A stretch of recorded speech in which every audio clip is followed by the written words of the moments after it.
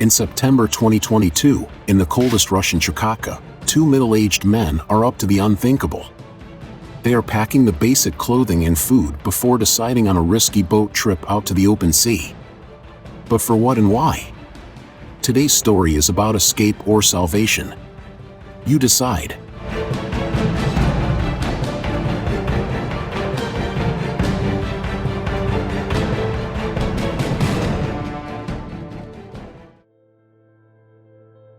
Egvekinot is an urban-type settlement within the Chukotka Autonomous Okrug of the Russian Federation. The village is located on the shores of the cross bay of the Bering Sea on the Arctic Circle.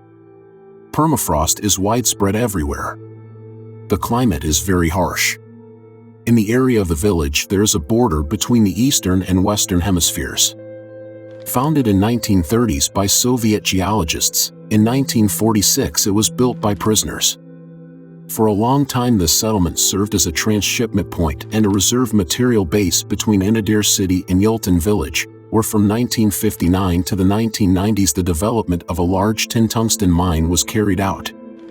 Ore mining stopped almost immediately after the collapse of the USSR.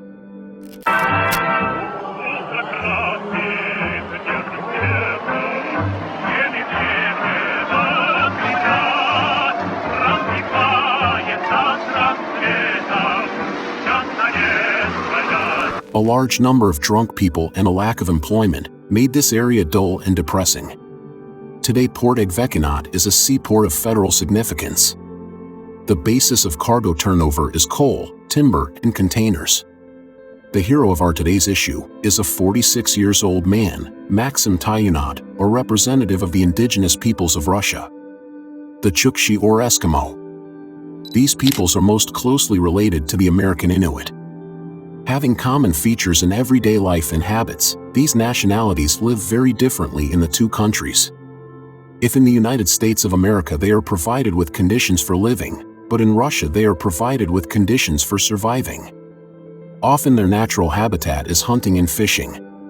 In Russia, in order to survive, Eskimos are the only people who are allowed to kill whales, which are on the verge of extinction. This is probably what Maxim was doing. Due to his archival photos, everything was fine in his life up to a certain moment. Дверь постучали, глаза. Подошел, смотрю, стоят. Кто? Короче, женщина и двое этих военкомовцев. Чем мне буду дверь открывать? Я ушел в комнату спокойно. Кто не берет повестки, их просто ментовку арестует. Зачем? Может, тогда дверь не открыть? Правильно, избежать. А я в любом случае не поехал. Зачем? Ехать убивать или самим пойти и вернуться домой? In September 2022, mobilization began in the Russian Federation. Maxim has a behavioral feature that called as a voluntary death, when any Eskimo kills himself due to difficult living conditions. But in this case, as a true pagan, Maxim could experience this for himself not because of a lack of food, but because the government forcibly sends you to so-called officially sacred military operation, to kill or to die. However, Maxim decided to avoid this in another way, without harming anyone. As soon as Maxim realizes they will soon come to his home, to hand over a document with a call for army, he takes a friend, and on the next day they together pack their belongings and set off on a motor boat to the neighboring country, the United States. Was it really easy? What is the distance between these countries? The state border between Russia and the United States runs through the middle of the Bering Strait. The length of it is about 49 kilometers. It was established after the sale of Alaska to the United States in 1867. In the area of the island's archipelago, the borders of Russia and the United States are as close as possible. The width of the strait between the islands is only 2 miles. At this place, an average twice a year, before the ice melts, were many attempts by citizens of the USSR and the USA to cross the border. When they did it many times, they have supposed on no international legal agreements between the countries in the extradition of fugitive criminals. Despite the fact that such an agreement was concluded by the United States with the Russian Empire government, the agreement was not valid in the USSR since the Soviet government did not recognize the obligations of the Tsar period.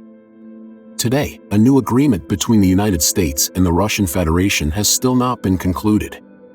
Defectors from the United States, as a rule, were persons hiding from criminal prosecution, escaping from prison or evading appearance in court, as well as those suffering from mental disorders. The first fugitive, whose identity later established, was Cecil Stoner, previously released on his own recognizance, who managed to reach the Soviet shore of Ratmanov Island at night in a rubber boat. On the Russian side, from 1905 to 1933, there was a gradual migration of indigenous people from Ratmanov Island to the neighboring American Krusenstern Island. Residents of the Kunga settlement that existed in the north of the island completely moved to Little Diomede Island from 1905 to 1915. With the outbreak of the Cold War in 1948, through the efforts of the NKVD, the remaining residents were forcibly resettled to the mainland of Chukotka in order to avoid further attempts at migration of the population. However, 2 men on a rubber boat in 2022 had to travel not 4 kilometers, but as much as 70. They could not take the shortcut due to their geographical location. The fact is that Egvekinot is located on the south of Chukotka, and the closest accessible settlement on the American side was only on St. Lawrence Island, more than 70 kilometers away on southeast of Egvekinot. The way along the coast of Chukotka to Little Diomede Island was pointless, unbelievable, and dangerous. Because of the harsh sea, weather, and of course of the Russian border guards. The only correct route was to travel 70 kilometers by sea to the US island. Which is exactly what they did. Картошки быстро наварили, яйца наварили, лук взяли, курицу вареную, там сигареты, чай, кофе, взяли все, хлеб. Все было у нас, воды, бензина много сильно, бочка даже осталась лишняя. Поехали, первый день у нас был в Энмелене, остановка.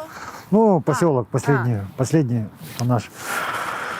Мы там 3 дня прошармовали, погода хорошая наладилась. И поехали дальше. Переночевали. Серега спал пока, я утром уже проснулся пораньше, пошел погулять, смотрю, погода восстанавливается, подготовил лодку. Чай сварил утром, Серега проснулся, говорю, в 10 начали мы собираться где-то в 12 вроде, к обеду ближе мы выехали, да, после 10, короче. Что нам собираться, вещи в лодку покидали, палатку сложили, поехали. Believe it or not, the fugitives traveled a total of more than 70 kilometers by sea to American territory, remaining unnoticed by Russian border guards. In the USA, Teyunaut and his friend Nechaev asked for political asylum. From St. Lawrence Island they were transported to Alaska, to Anchorage. Then they spent their 3 months in a migration prison in Washington state. After that they were released on bail. Soon after, the pastor of a Baptist church in Tacoma, half an hour south of Seattle, vouched for Teyunaut.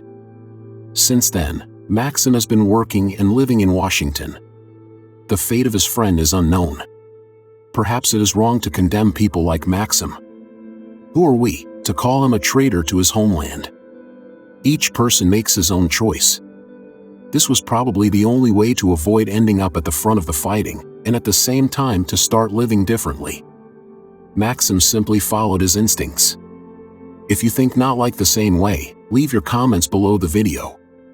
Thanks for watching and see you in the next series.